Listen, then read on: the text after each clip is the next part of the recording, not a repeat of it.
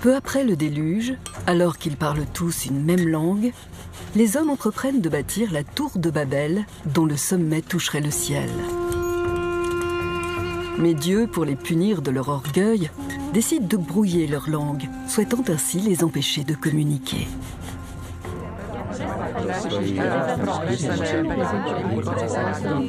La punition a donné naissance à une multitude de langues. Plus de 6000 langues sont parlées dans le monde et l'on considère aujourd'hui que c'est une richesse pour l'humanité. On est autant de personnes qu'on parle de langues.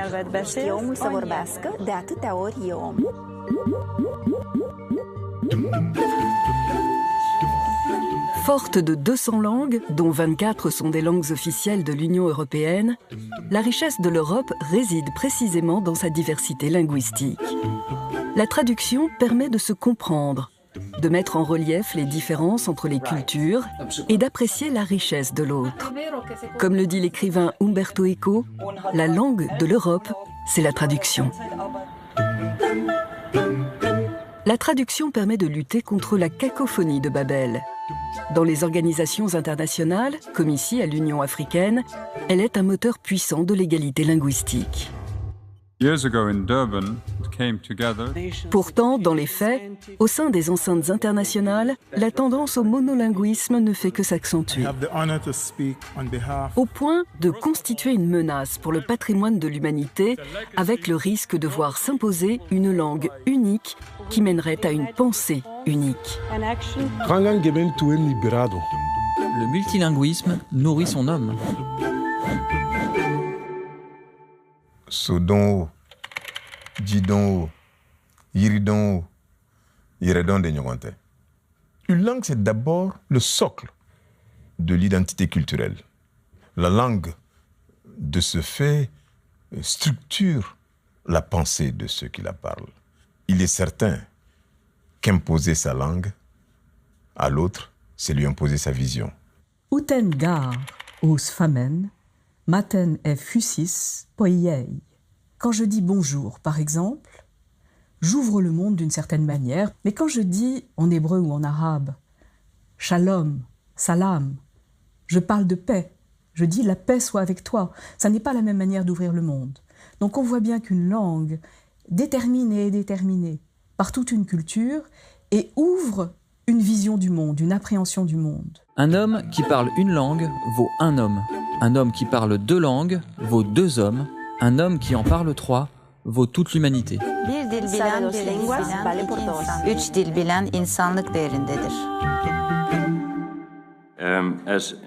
Même une bonne maîtrise d'une langue étrangère ne permet pas de s'exprimer aussi aisément et précisément que dans sa langue maternelle.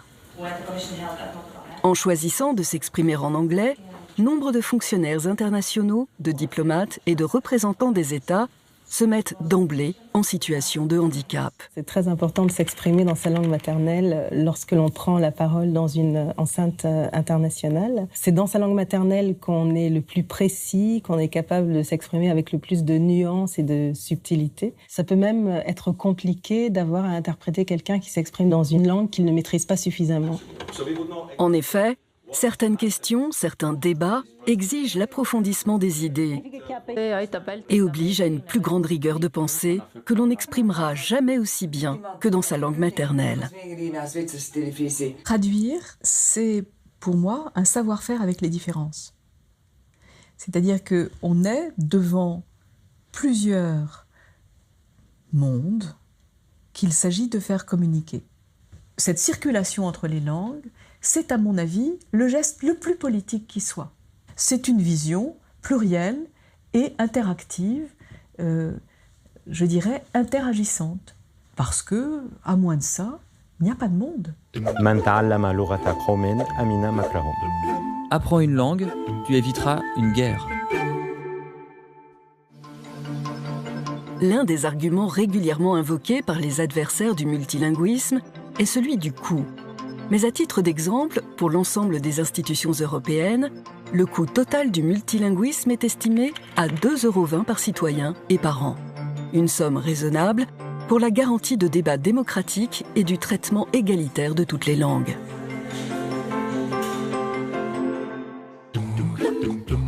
Le Vade-Mecum, ce texte relatif à l'usage de la langue française dans les organisations internationales, a été adopté en 2006 par la Conférence ministérielle de la francophonie.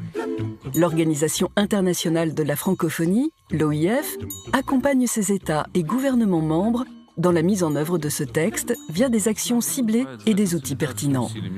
L'OIF soutient notamment des formations adressées aux diplomates et aux fonctionnaires, ainsi qu'aux traducteurs et interprètes de conférences. Lorsqu'un représentant d'un État membre de la francophonie ne peut pas utiliser l'une de ses langues officielles, le Vade-Mecum recommande qu'il s'exprime en français. L'OIF soutient également un réseau d'observateurs des pratiques qui sont autant de relais pour l'action de la francophonie. Ils sont les acteurs principaux du respect du multilinguisme au sein des différentes organisations. C'est ainsi que les groupes d'ambassadeurs francophones soutiennent activement, par exemple, les nominations de cadres francophones dans les organisations.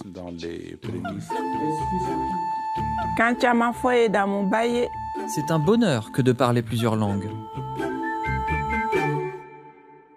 We'll move now to consider agenda item 120 entitled Multilingualism. Tous les 2 ans, depuis 1995, une résolution sur le multilinguisme est adoptée par la session plénière de l'Assemblée générale de l'ONU à New York. Le texte insiste sur l'égalité de traitement des 6 langues officielles de l'organisation et sur la garantie donnée à chaque État membre de pouvoir s'exprimer dans la langue de son choix. The Assembly decides to adopt draft resolution. It's so decided. Les paramètres fondamentaux Francophones, hispanophones et lusophones défendent d'une même voix le multilinguisme. Ils forment ensemble le réseau des 3 espaces linguistiques. Loin du mythe de Babel, la francophonie est engagée dans la reconnaissance de la diversité des peuples et de leur culture. Elle incarne une exigence de pluralisme aux antipodes de la pensée unique. Par la défense du multilinguisme, elle œuvre en faveur de la démocratie internationale.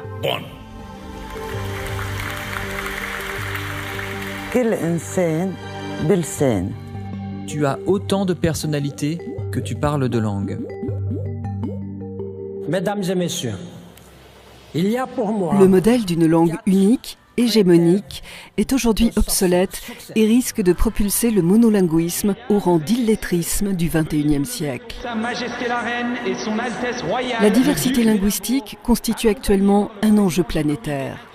Promouvoir le multilinguisme aux Jeux Olympiques et dans les organisations internationales, comme le fait l'OIF, c'est garantir un multilatéralisme réellement démocratique et des bénéfices pour les organisations comme pour leurs agents. Mon pays, la Tanzanie.